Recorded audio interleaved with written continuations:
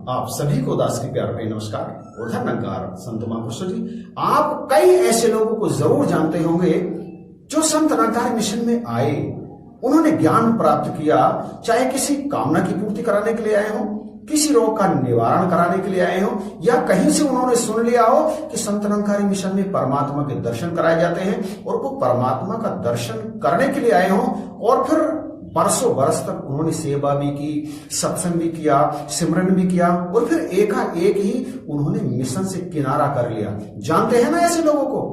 ऐसे लोगों को कहा सतगुरु बाबा जी ने वे बेमुख हैं, जिनको ये किसी कारणवश ज्ञान समझ में नहीं आया, अथवा उनकी आकांक्षा की पूर्ति नहीं हुई, अथवा उनके तन का रोग दूर नहीं हुआ और वो मिशन से चले गए। उनमें कई लोग ऐसे हैं जो मिशन से जाने के बाद भी शांत हैं, लेकिन कई ऐसे हैं जो मिशन की कमी निकालते हैं, कमी ना होते हुए भी इधर उधर बुराइयां करते हैं। ऐसे लोगों को सतगुरु बाबा जी ने कहा वे बेमुख हैं, और गुरुमुखों से कहा कि ऐसे लोगों से बचकर रहना है। संपूर्ण हृदय पाणी के शब्द संख्या 88 में बाबा जी ने बिल्कुल स्पष्ट संकेत दिया।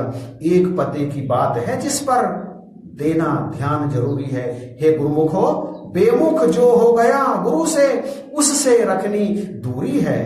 दूरी इसलिए रखनी है क्योंकि आप तो उस नौका में अभी बैठे हैं, जो नौका सतगुरु इस भवसागर से अपने गुरसिखों को पार लगाने के लिए चलाता है। लेकिन वो तो उस नौका से उतर चुके हैं, और जो नौका से उतर गया ना, वो गहरे पानी में जाकर के डूब ही जाता है, निश्चित जानिए। और वो कभी भी पक्के नहीं रहे, कच्चे ही रहे हैं। कच्चा हमेशा दूसरे को कच्चा कर देता है। बड़े बड़े ज्ञानी को भी वो भ्रमित कर सकता है। काजल की कोठरी में कितना ही बचले प्राणी, काजल का दाग तो लागे ही लागे। इसलिए उनसे बचकर रहना है।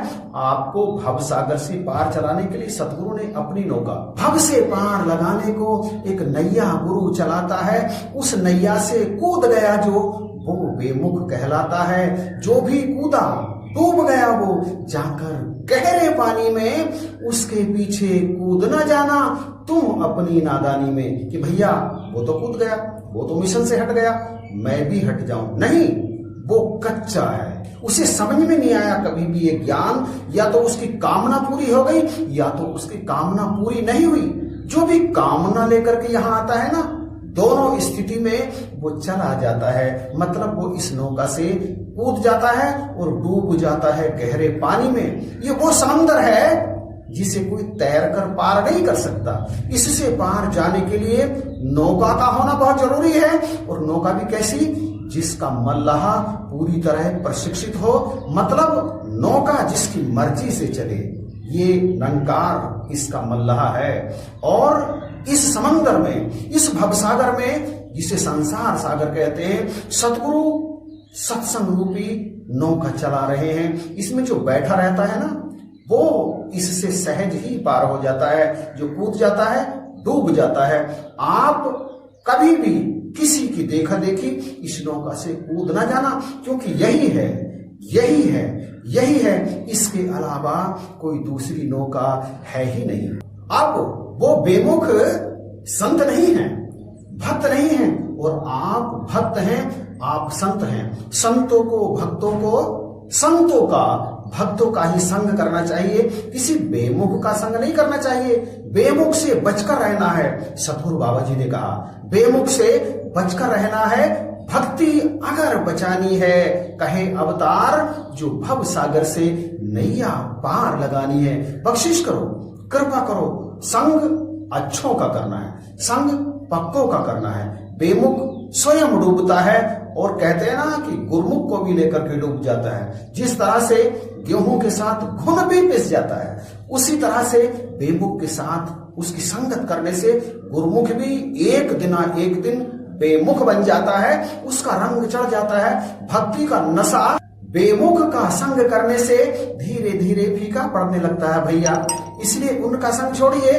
कान को बुराइयां सुनना अधिक पसंद है, जीव को बुराइयां करना अधिक पसंद है, और मन को तो वासनाएं पसंद है। इंद्रियां वासनाओं की तरफ जल्दी आकर्षित होती हैं, बुराइयों की तरफ जल्दी आकर्षित होती हैं। और कड़वे वचन उन लोगों को अच्छे नहीं लगते जो भक्त हैं, लेकिन बुराइयां सबको धीरे धीरे पसंद आने लगती हैं, उन्हें भाने लगती हैं, और बेमुख यही तो करते हैं बाद में। उनका संग नहीं करना, उनसे बच करके रहना है।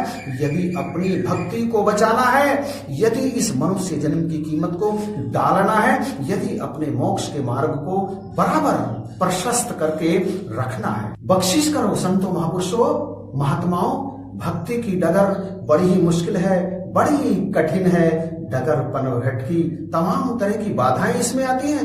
वो तो मेरा बहुत ही प्रिय था, जिसने मिशन को छोड़ दिया, मैं उससे मिलना क्यों छोड़ूं? वो कोई मेरा कुछ बिगाड़ थोड़ी रहा है। नहीं, आप इस जगत में अकेले ही आए और अकेले ही यहां से जाएंगे। सारे रिश्ते नाते मित्र संबंधी यही रह जाएंगे।